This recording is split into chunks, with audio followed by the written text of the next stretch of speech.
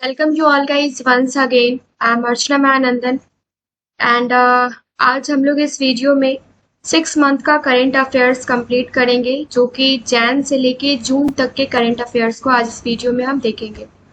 ना सिर्फ क्वेश्चंस, जिस क्वेश्चंस में एक्सप्लेनेशन की जरूरत है वो भी हम कंप्लीट कर लेंगे और यकीन मानिए कि ये जो वीडियो है ये आपके आने वाले किसी भी एग्जाम के लिए काफी इम्पोर्टेंट रहने वाला है। क्वेश्चंस में एक्सप्लेनेशंस जो दिए हुए हैं उस एक्सप्लेनेशन से भी क्वेश्चन बन सकते हैं। सो जो भी आपको पॉइंट्स इंपॉर्टेंट लगता है वो पेन पेपर लेके बैठिए और उसको प्लीज नोट डाउन कर लीजिएगा। वन बाय वन सारे के सारे क्वेश्चंस को हम स्टार्ट करते हैं। आई थिंक टोटल 300 क्वेश्चंस मैंने इसमें इंक्लूड करा है।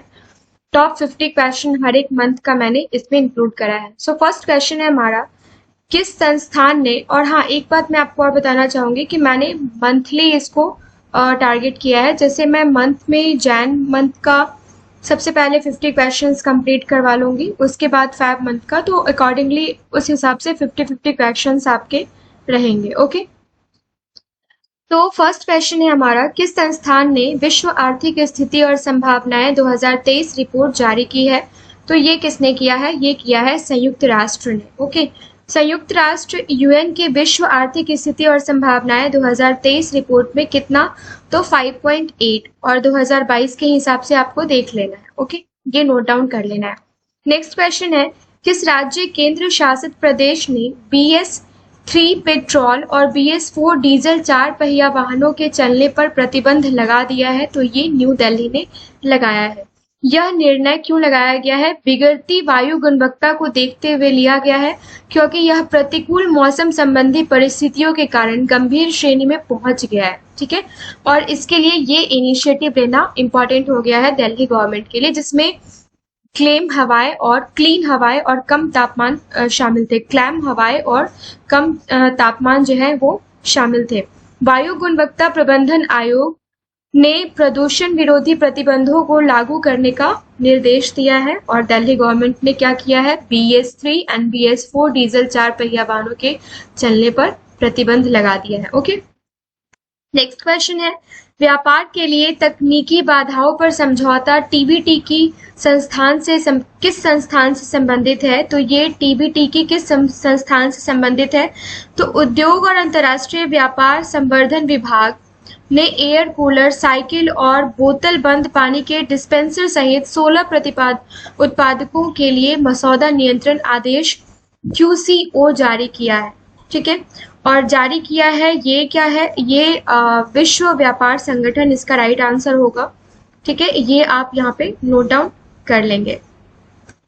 नेक्स्ट क्वेश्चन है, भारत ने रेडियो और टीवी प्लेटफॉर्मों में विभिन्न शैलियों के कार्यक्रमों का आदान प्रदान करने के लिए किस देश के साथ समझौता ज्ञापन पर हस्ताक्षर किए हैं? तो ये किसके साथ किया है? मिस्र के साथ किया है। ओके, भारत और मिस्र ने प्रसार भारती और मिस्र के राष्ट्रीय मीडिया प्राधिकरण के बीच सामग्री के आदान प्रदान, क्षमता निर्माण और सह निर्माण की सुविधा के लिए एक समझौता ज्ञापन पर हस्ताक्षर किया है और दोनों प्रसारक द्विपक्षीय आधार पर खेल, समाचार, संस्कृति, मनोरंजन जैसे विभिन्न शैलियों के अपने कार्यक्रमों का आदान प्रदान करेंगे। ओके, समझौता ज्ञापन नवीनतम प्रौद्योगिकियों में दोनों प्रसारकों और अधिकारियों के सह निर्माण और प्रशिक्षण की सुविधा भी प्रदान करेगा। तो क्या क्या चीजें हैं इस MOU में, वो सारी चीजें आपके सामने यहाँ पे दी हुई है।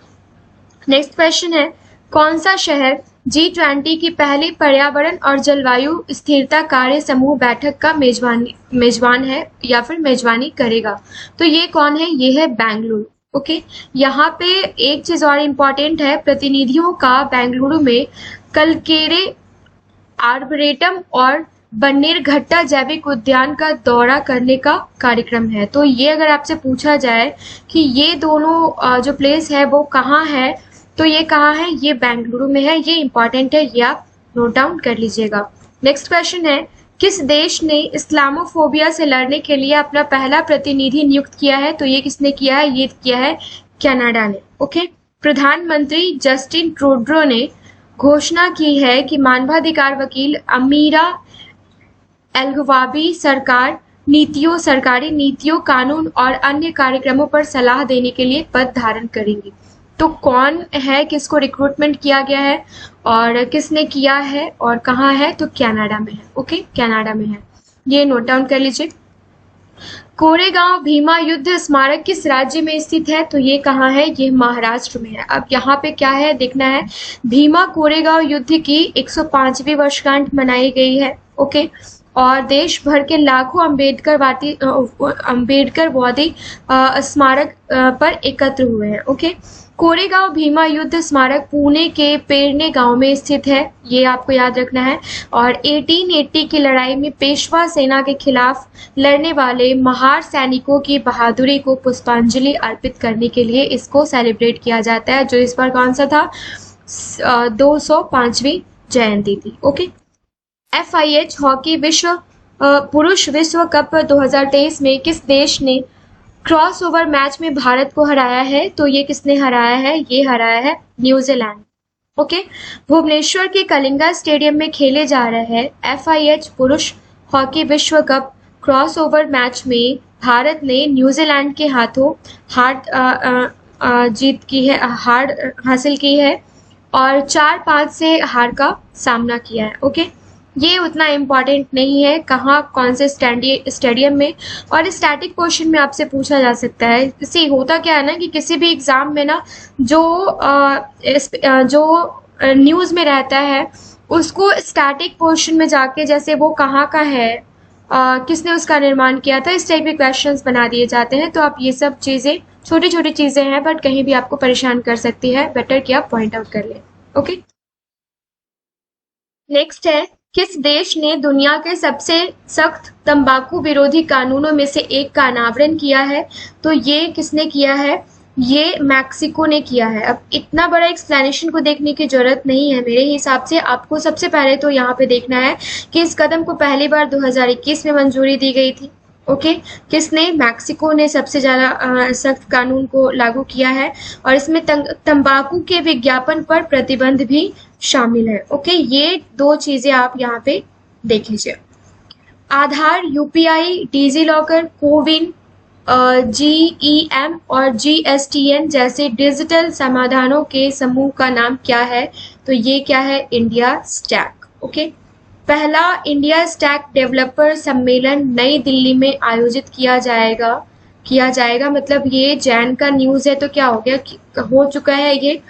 और दुनिया भर में भारत के डिजिटल सामानों को व्यापक रूप से अपनाया जा सके, इसके लिए इसका आयोजन न्यू दिल्ली में किया गया। ओके, इंडिया स्टैक अगले महीने अबू धाबी में आयोजित होने वाले वर्ल्ड गवर्नमेंट समिट 2023 में फोकस क्षेत्रों में से एक होगा। तो ये आप रिलेट कर सकते हैं कि ऑलरेडी ये हो चुका है और अगले महीने अबू धाबी में, मतलब फैब में अबू धाबी में। ओके, नेक्स्ट क्वेश्चन है, फुटबॉल इतिहास में पहली बार किस देश ने एक मैच में व्हाइट कार्ड की शुरुआत की है, तो ये किसने की है, ये पुर्तगाल ने की है।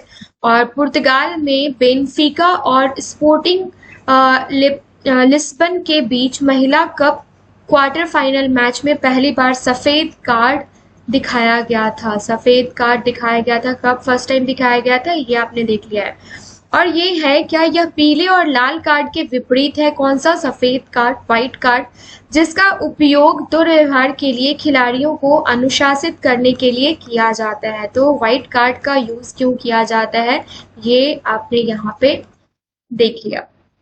नेक्स्ट क्वेश्चन है, किस संस्थान ने विश्व आर्थिक स्थिति और संभावनाएं 2023 रिपोर्ट जारी की है, तो ये संयुक्त राष्ट्र ने जारी की है। और यहाँ पे देखिए कि 2023 रिपोर्ट के अनुसार भारत की वृद्धि दर कितनी रहने के अनुमान है, 5.8%, ठीक है, और 2022 में 6.4। नेक्स्ट है, किस संस्थान ने तनावग्रस्त संपत्ति प्रतिभूतिकरण फ्रेमवर्क जारी किया है, तो ये किसने किया है, ये RBI ने किया है। और इसका उद्देश्य क्या है, ऐसे खाताओं की बिक्री और समाधान की गुणवत्ता में सुधार करना। नेक्स्ट, किस शहर ने कृषि महोत्सव, प्रदर्शनी और प्रशिक्षण कार्यक्रम की मेजबानी की है, तो ये किसने की है, ये कोटा ने की है और केंद्रीय कृषि और किसान कल्याण मंत्रालय द्वारा आयोजित किया गया। और इसमें लोकसभा अध्यक्ष ओम बिरला और केंद्रीय कृषि एवं कल्याण मंत्री नरेंद्र सिंह तोमर सहित हजारों किसानों ने भाग लिया। ओके, नेक्स्ट क्वेश्चन, जुआरी ब्रिज भारत का दूसरा सबसे बड़ा केबल स्टे ब्रिज किस राज्य केंद्र शासित प्रदेश में स्थित है? तो ये कहाँ स्थित है? ये कहाँ है? ये गोवा। ओके। मंत्री नितिन गडकरी ने जुआरी नदी पर एक पुल बनाया। पुल का पहले चरण का उद्घाटन किया जो उत्तरी गोवा और दक्षिणी गोवा के बीच कनेक्टिविटी में सुधार करेगा। कहाँ? उत्तरी गोवा और दक्षिणी गोवा के बीच। जुआरी ब्रिज जो है ये मुंबई के बांद्रा सी लिंक के पीछे भारत का दूसरा सबसे बड़ा केबल स्टे ब्रिज है और यह गोवा में बम्बोलिम और वर्ना गांवों के बीच 13.2 किलोमीटर की दूरी को कवर करने वाली 2530 करोड़ रुपए की सड़क परियोजना का हिस्सा है। दिलीप बिल्डकॉन नए जुआरी पुल का निर्माण कर रहे हैं। तो ये कौन कर रहा है? ये भी आपके सामने यहाँ पे है। फ्यूचर इंजीनियर प्रोग्राम किस बहुराष्ट्रीय कंपनी की एक पहल है? VVI, very important question. ये अमेजन की एक पहल है और क्यों है वो हम देखते हैं। National education society for tribal students जनजातीय मामलों के मंत्रालय ने डिजिटल शिक्षा के क्षेत्र में शिक्षकों और छात्रों को सशक्त बनाने के लिए अमेजन के साथ साझेदारी की है। ओके। अनिल कुमार लोहाटी ने किस संस्थान के नए अध्यक्ष और मुख्य कार्यकारी अधिकारी CEO का पदभार संभाला है? तो ये रेलवे बोर्ड का संभाला है। इसमें 5-6 क्वेश्चंस मैं ऐसे भी इंक्लूड कर रही हूँ जिसमें उसके आंसर्स आपको कमेंट सेक्शन में कमेंट करके बताने हैं। ठीक है। नेक्स्ट क्वेश्चन है, लुइस इनासियो लूला दा सिल्वा ने हाल ही में किस देश के राष्ट्रपति के रूप में कार्यभार संभाला है? तो ब्राजील के राष्ट्रपति के रूप में कार्यभार संभाला है। किसने? लुइस इनासियो लूला दा सिल्वा ने। ओके। नेक्स्ट, हाल ही में किस देश में मेढक की 20 नई प्रजातियां पाई गई है? तो ये मेडागास्कर में। ओके। यहाँ पे देखिए, अब से पहले समूह में सिर्फ 14 सदस्य थे लेकिन अब 20 नए सदस्य मिले हैं। किसमें? टीम ने मेढकों को जीनस मेंटिडैक्टिलस और सब जीनस ब्राइगो मैंटिस के भीतर रखा है। ओके। सब जीनस ब्राइगो मैंटिस के भीतर रखा है। ये इकोलॉजी सेक्शन से आपके लिए इंपॉर्टेंट क्वेश्चन हो सकता है, आप इसको नोट डाउन कर लीजिएगा। नेक्स्ट क्वेश्चन है क्वेश्चन नंबर 20। किस बीमा कंपनी ने अंगदान पहल और रिले मैराथन, जिसे जिंदगी एक्सप्रेस कहा जाता है, उसकी शुरुआत करी है? तो ये एडलवाइस टोक्यो लाइफ इंश्योरेंस ने। ओके। देश भर में करीब 5500 किलोमीटर की यात्रा करने के लिए जिंदगी एक्सप्रेस नामक एक रिले मैराथन का आयोजन किया गया। ओके। और लगातार चौथे वर्ष इसने अंगदान परिदृश्य में काम करने वाले एक गैर सरकारी संगठन मोहन फाउंडेशन के साथ हाथ मिलाया। नेक्स्ट, कौन सा शहर ऑटो एक्सपो 2023 कंपोनेंट शो की मेजबानी कर रहा है? तो ये कौन कर रहा है? ये न्यू दिल्ली कर रहा है, जो कि 12 से 15 जनवरी तक है। 15 देशों की 800 से अधिक कंपनियां ऑटो एक्सपो में भाग लेंगी और सबसे इम्पोर्टेंट है कि लगभग 35% की वृद्धि के साथ 2.65 लाख करोड़ रुपए की वृद्धि देखी गई है इस फील्ड में, राइट, भारत में। इसका आयोजन ऑटोमोटिव कंपोनेंट मैन्युफैक्चरर्स एसोसिएशन द्वारा एसोसिएशन ऑफ इंडिया, भारतीय उद्योग परिसंघ और society of Indian automobile manufacturers द्वारा संयुक्त रूप से किया गया। कहाँ पे? तो न्यू दिल्ली में। ओके। नेक्स्ट है, हाल ही में लॉन्च किए गए मंत्रण पोर्टल का उद्देश्य क्या है? तो ये निमंत्रण प्रबंधन है इसका उद्देश्य। ओके। नेक्स्ट, पेले के नाम पर स्टेडियम का नाम रखने वाला पहला केप वर्डे किस क्षेत्र में स्थित है? तो ये कहाँ स्थित है? ये है अफ्रीका में। केप वर्डे के प्रधानमंत्री उलिसेस कोरिया ई सिल्वा ने पुष्टि की है कि उनकी स्टाडियो नेशनल डी काबो वर्डे का नाम बदलकर क्या रखा जाएगा? पेले के नाम पे रखा जाएगा। दिसंबर में पेले का निधन हो गया था, महान फुटबॉलर है ये। फीफा प्रमुख जियानी इन्फेंटिनो ने प्रस्ताव रखा था कि प्रत्येक देश को एक स्टेडियम का नाम पेले के नाम पर रखना चाहिए। ओके, नेक्स्ट है, किस भारतीय राज्य ने 100 दिवसीय ग्लोबल सिटी अभियान शुरू किया है? तो ये यूपी गवर्नमेंट ने किया है। और G20 शिखर सम्मेलन से पहले राज्यव्यापी 100 दिवसीय यूपी ग्लोबल सिटी अभियान शुरू किया गया है। अभियान शहरी सुविधाओं, वायु गुणवत्ता में सुधार, बेहतर स्वच्छता और कचरे से उचित निपटान का प्रबंध केंद्रित करेगा। ओके, नेक्स्ट क्वेश्चन, किस संस्था ने सॉवरेन ग्रीन बॉन्ड जारी करने की घोषणा करी है? तो ये आरबीआई ने की है। और रिजर्व बैंक ने सॉवरेन ग्रीन बॉन्ड जारी करने के लिए सांकेतिक कैलेंडर की घोषणा की है। 8-8 हजार रुपए की राशि के लिए 2 नीलामी आयोजित की जाएगी। ओके, 8-8 हजार करोड़ रुपए की राशि के नीलामी के लिए दो नीलामी आयोजित की जाएगी। और आरबीआई ने सूचित किया है कि अधिसूचित राशि का 5% खुदरा निवेशकों के लिए आरक्षित होगा, जिसमें 5 साल या 10 साल के 2 विकल्प ये प्रोवाइड करेगा, 5 इयर्स का और 10 इयर्स का। ओके, क्वेश्चन नंबर 26, कांगला किले के पूर्वी द्वार कांगला नोंगपोक थोंग का उद्घाटन किस राज्य में किया गया है? तो ऑब्वियस सी बात है, नाम देख के ही आप ऑप्शंस को एलिमिनेट कर सकते हैं। ये पश्चिम बंगाल होगा नहीं, मणिपुर, राइट।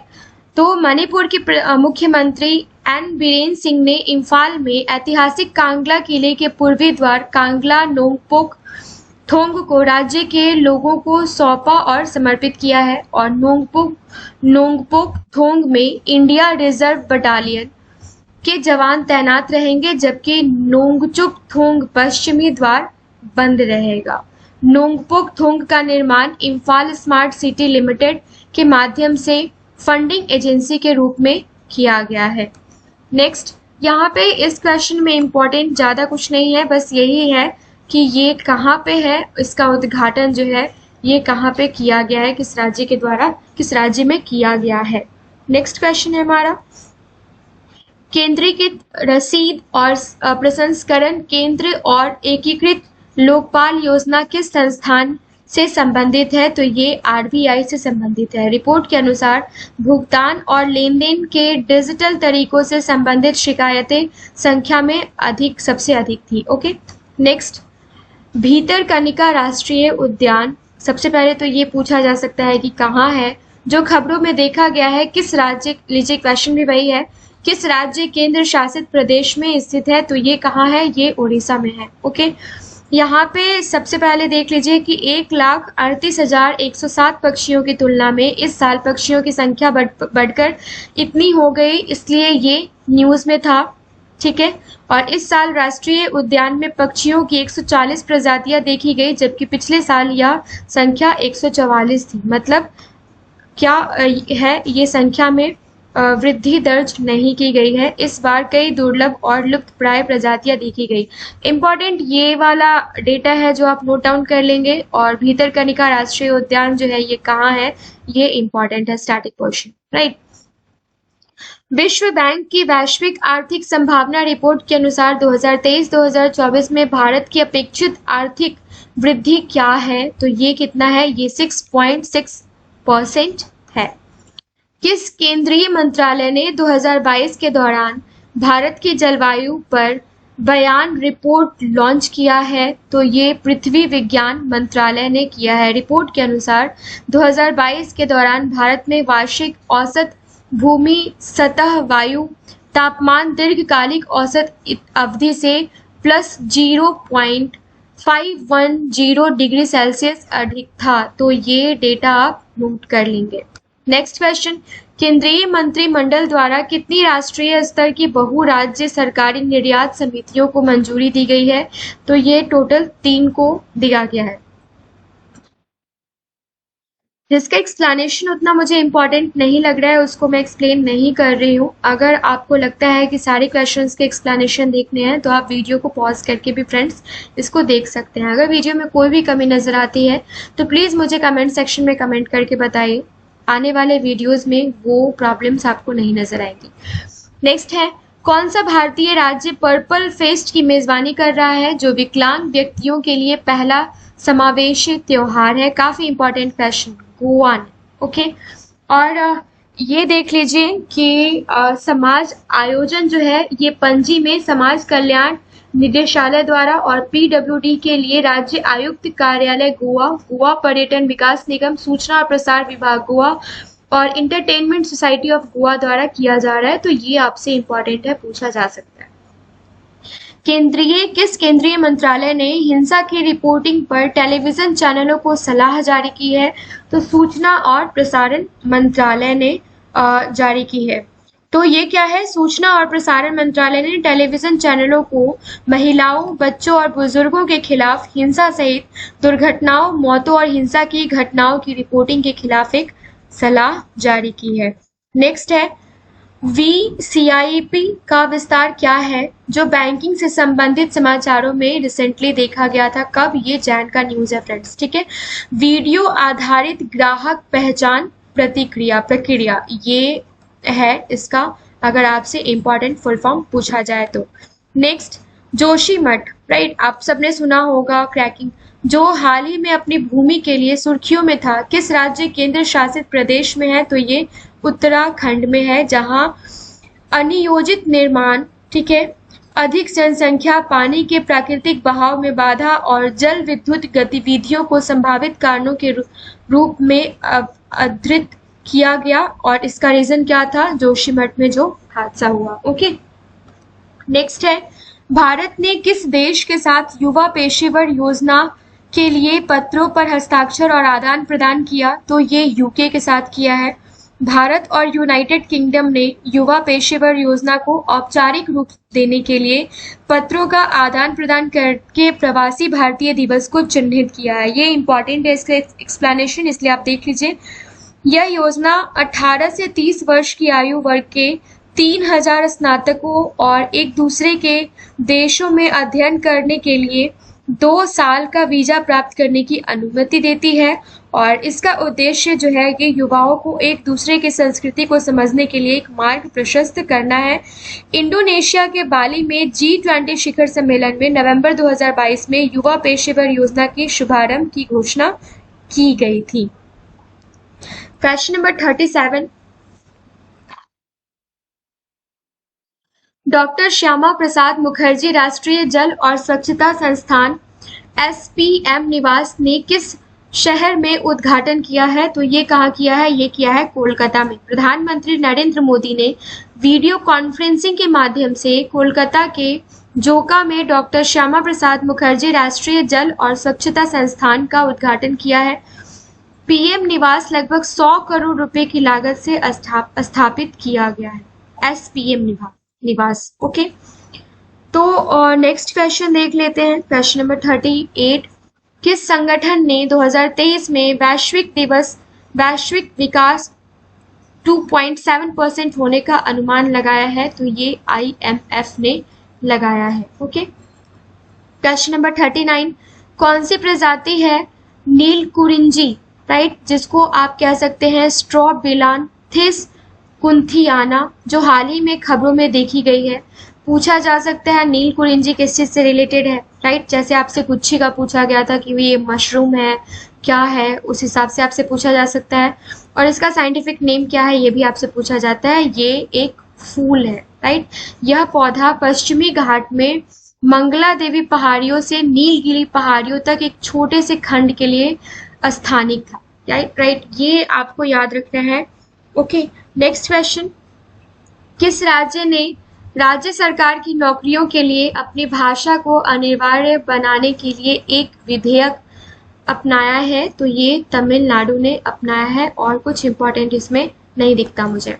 नेक्स्ट, विश्व आर्थिक मंच 2023 की बैठक का विषय क्या है? तो एक खंडित दुनिया में सहयोग है। ओके, इम्पॉर्टेंट यहाँ पे और कुछ नहीं रहने वाला है फ्रेंड्स, जो आप देख लीजिए। विश्व आर्थिक मंच जो दावोस स्विट्जरलैंड में अपने वार्षिक शिखर सम्मेलन के लिए जाना जाता है, अर्थशास्त्री क्लाउस स्वाब द्वारा स्थापित एक गैर सरकारी संगठन है। ओके, नेक्स्ट क्वेश्चन, किस संस्था ने सर्वाइवल ऑफ द रिचेस्ट नामक रिपोर्ट जारी की है, तो ये ऑक्सफैम इंटरनेशनल ने जारी की है।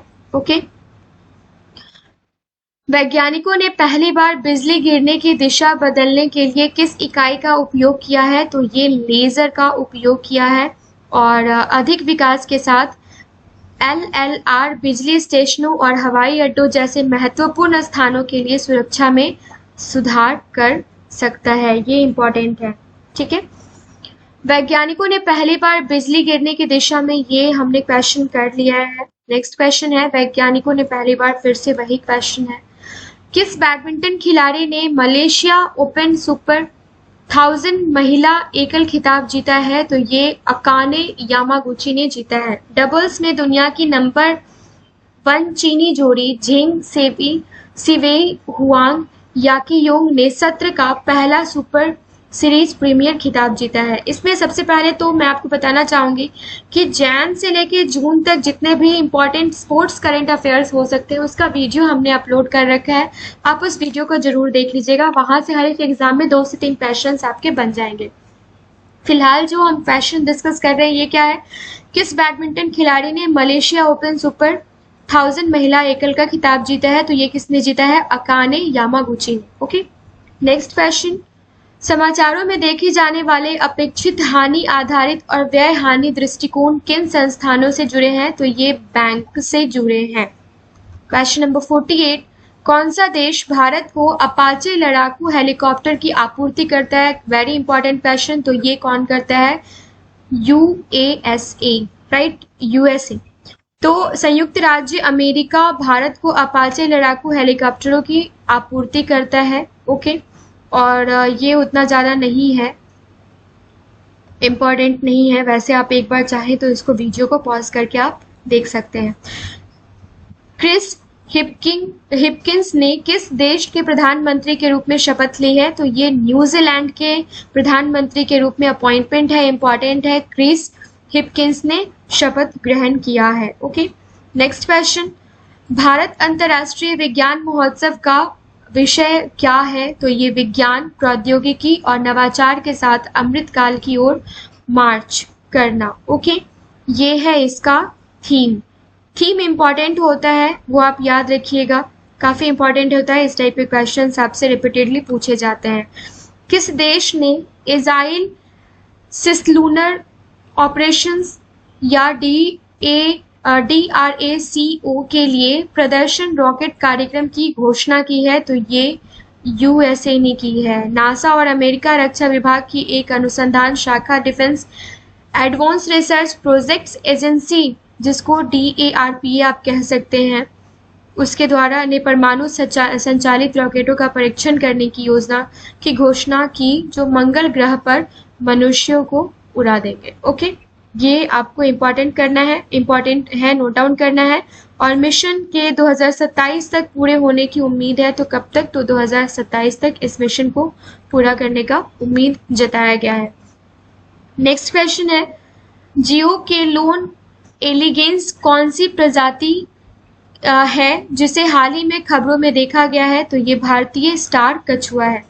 नेक्स्ट एंड का लास्ट 50 क्वेश्चन है, कौन सा संस्थान हर साल विश्व रोजगार और सामाजिक दृष्टिकोण रुझान जारी करता है, तो ये ILO जारी करता है। ओके। ये क्यों जारी किया जाता है, ये है वैश्विक आर्थिक मंदी से सामाजिक और आर्थिक असमानताओं के बढ़ने की संभावना है, क्योंकि अधिक श्रमिकों को कम गुणवत्ता वाली, खराब भुगतान वाली नौकरियों को स्वीकार करने के लिए मजबूर किया जाता है, जिसमें नौकरी की सुरक्षा और सामाजिक सुरक्षा की कमी है। इस रिपोर्ट के अनुसार इन सब चीजों को दर्शाया जाता है।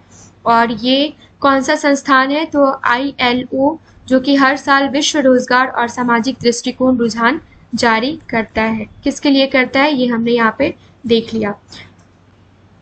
सो नाउ 50 क्वेश्चंस हम देखेंगे फैब मंथ के करंट अफेयर्स से, जो इम्पोर्टेंट हो सकता है हमारे आने वाले एग्जाम के लिए।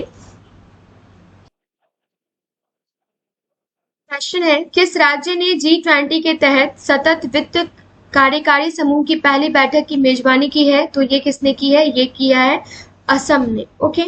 नेक्स्ट क्वेश्चन, किस देश ने बड़े पैमाने पर भूकंप के बाद तुर्की और सीरिया को सहयोग देने के लिए ऑपरेशन दोस्त शुरू किया है? तो ये भारत ने किया है। 7वां ऑपरेशन दोस्त 23 टन से अधिक राहत सामग्री के साथ भूकंप प्रभावित सीरिया पहुंचा। ठीक है, ये आपको याद रखना है।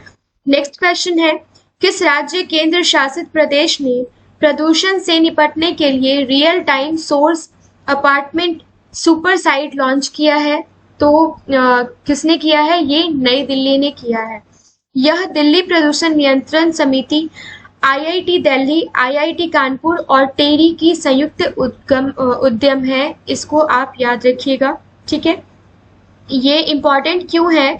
क्योंकि ये सुपर साइट प्रति घंटे के आधार पर प्रदूषण के स्रोतों का विवरण साझा करेगी और साथ ही अगले 3 दिनों के लिए पूर्वानुमान भी देगी। That's why this one is important. और किसने किया है? तो ये किया है न्यू दिल्ली ने। ओके, नेक्स्ट क्वेश्चन है, हाल ही में आरबीआई के अध्ययन के अनुसार किस राज्य को केंद्र से सबसे अधिक जीएसटी मुआवजा मिला है? Very important question. तो ये महाराष्ट्र को मिला है और अध्ययन में कहा गया है कि कम से कम 10 राज्य अपेक्षित 14% जीएसटी वृद्धि से पीछे रह सकते हैं।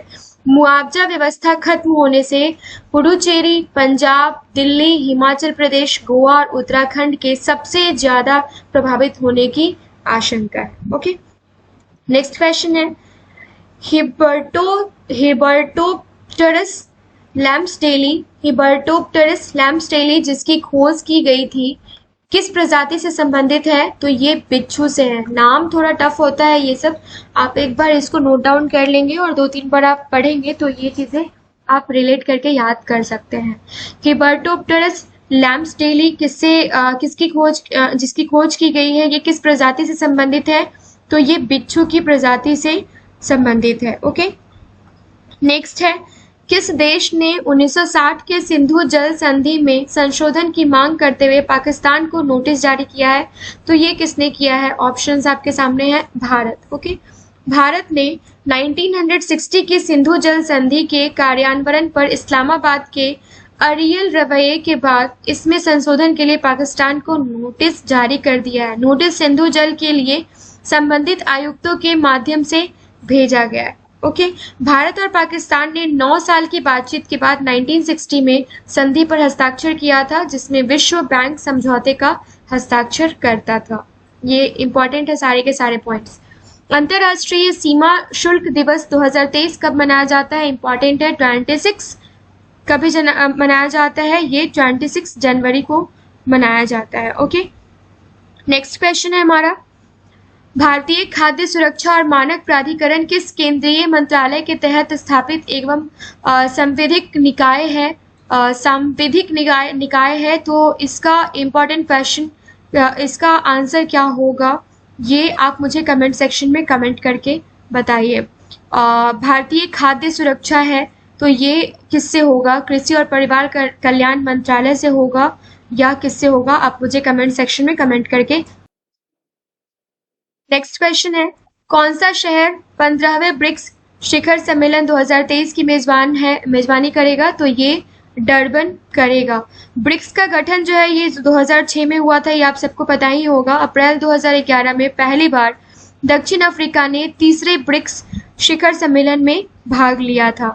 नेक्स्ट क्वेश्चन है, किस क्रिकेटर ने क्रिकेटर ऑफ द ईयर के लिए अंतरराष्ट्रीय क्रिकेट परिषद आईसीसी सर गारफील्ड सोबर्स पुरस्कार जीता? तो ये बाबर आजम ने जीता है।